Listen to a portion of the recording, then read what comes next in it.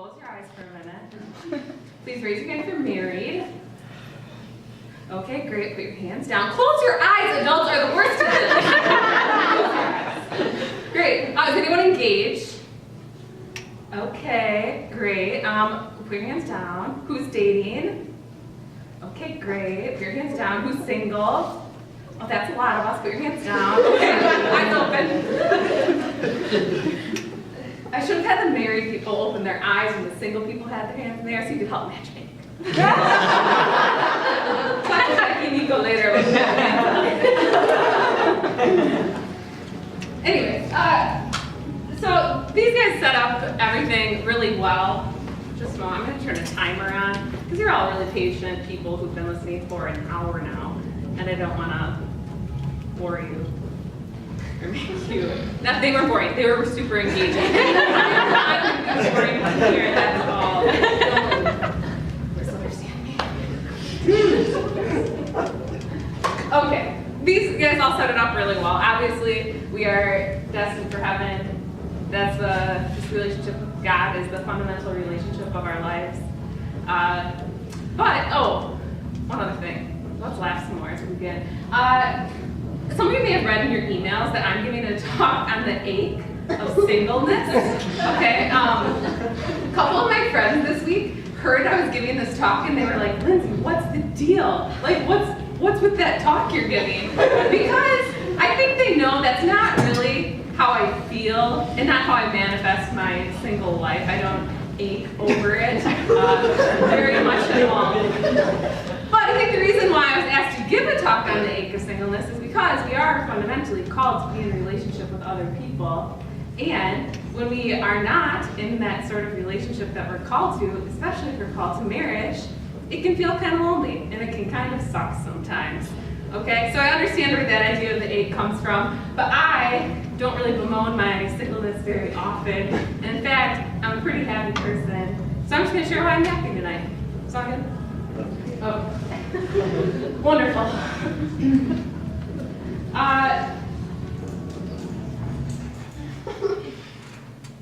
So, four things. The first thing I think we need to do if we're single is we need to prepare ourselves for marriage by entering more deeply into this relationship with Jesus Christ. That's probably obvious after everything these guys just got done saying. That marriage isn't so much about the two people in it, but it's about each person's individual relationship to God and how they can support one another in that. So we need to build up this relationship. I have a gift for all of you. I'm going to make Andrew pass it out to you. Oh, keep on. Okay. I printed off 3 prayers that I really like. The prayers that I often pray after Mass, and they all I think we can take away different things from them. So I'm going to let them come around for a minute, and then I'll tell you why I like to pray for them. If you split the pile and pass both piles, it speeds up the process. Craziness. I know, but everyone split the pile as they got it.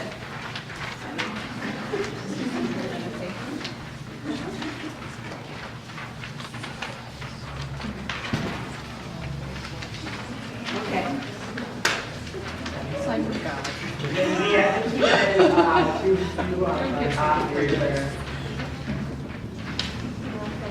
Okay, most of us have our hand up. If you don't have it yet, catch up, please.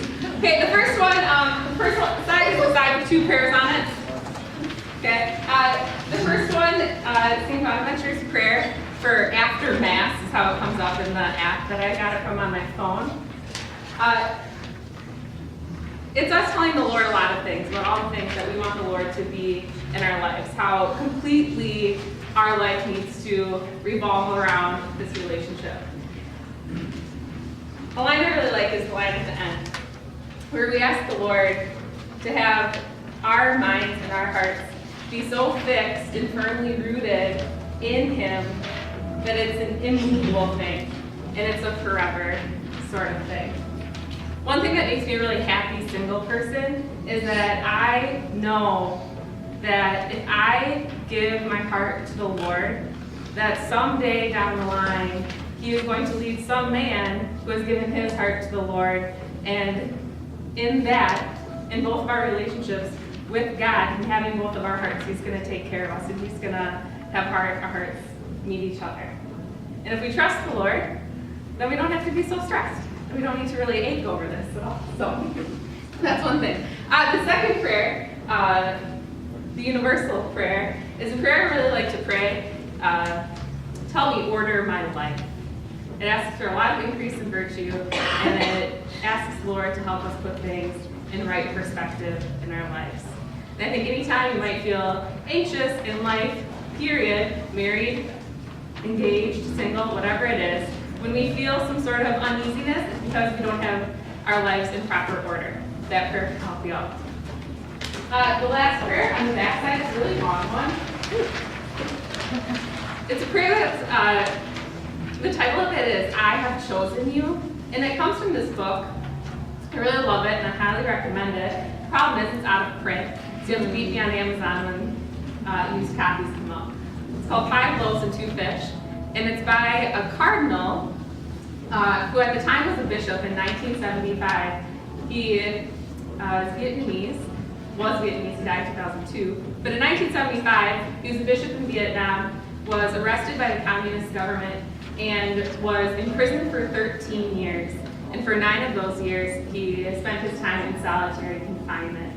And this book tells about those years. So the last thing he writes about in this particular book is how different our lives are when we make the choice once and for all to love Jesus Christ. So this prayer is him telling the Lord once again about this choice that he has made. And I have prayed it many, many a time. It's very beautiful. Please enjoy it. I'm sure these 4 could attest to it. Maybe they could even just like nod their heads along with me. You know what I said. Yes, I like the enthusiasm. Would you agree that your happiness is not totally found in one another? That there's like a limit to how happy you can make each other? Yes. Okay, good. No relationship is going to make us feel completely satisfied in life. No relationship is going to make us completely happy in life unless we're talking about the relationship that we have with God. And that's what that prayer is all about. And it can really help us remind ourselves of it. So, enjoy all of that. The first thing we need to do to be joyful single people, or joyful people in general, is to focus on this relationship with the Lord.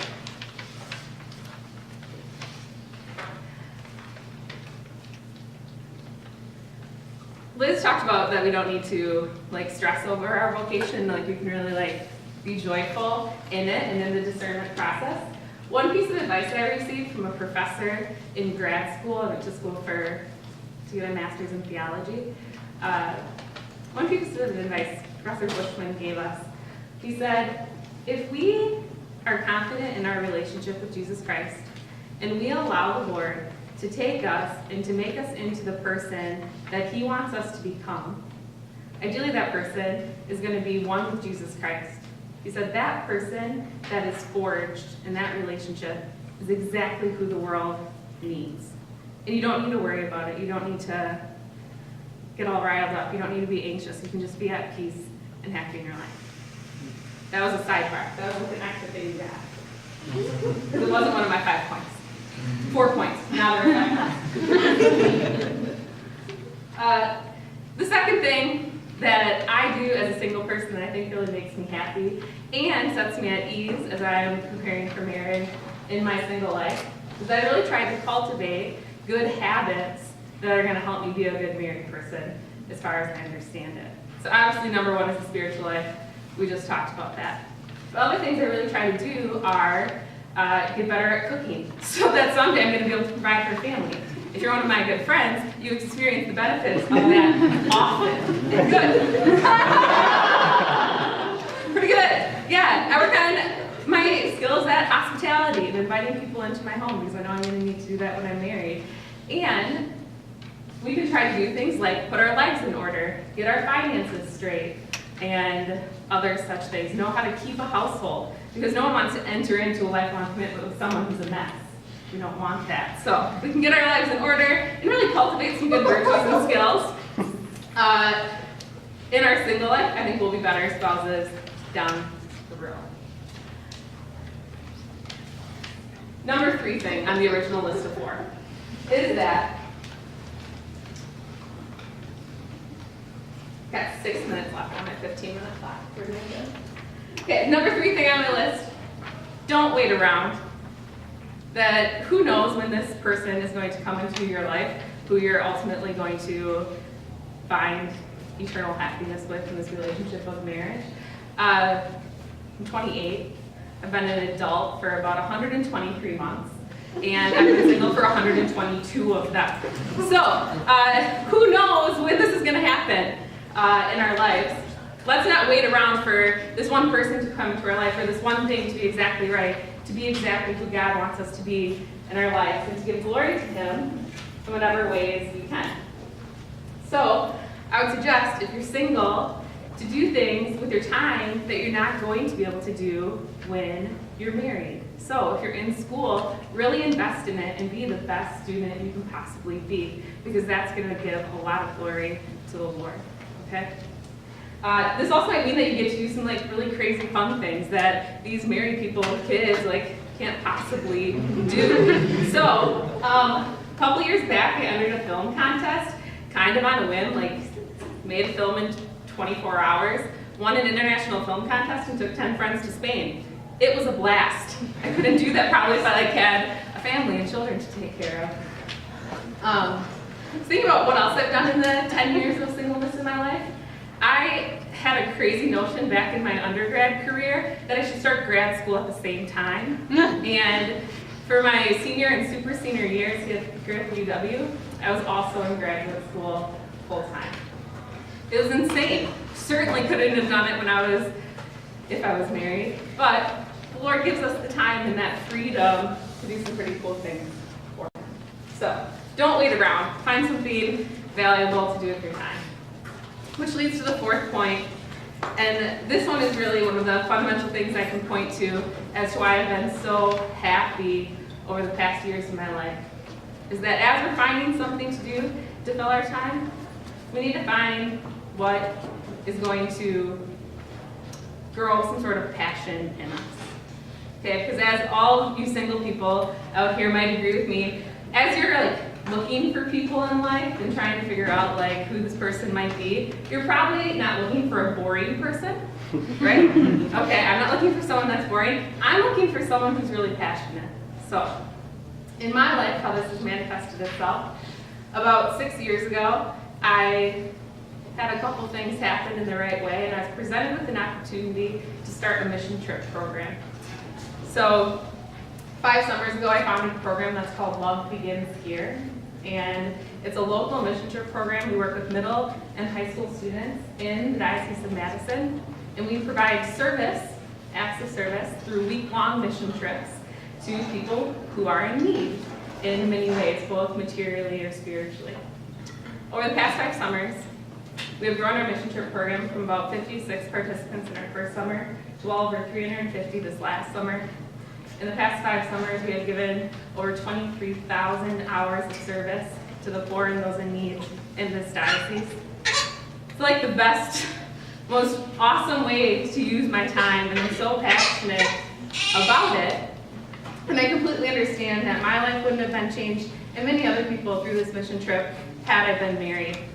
My summer's pretty consumed with this. It's about 7 or 8 weeks, night and day commitment, running the summer camp, kind of as a one-woman show until I bring in an awesome team to work with me during the summertime.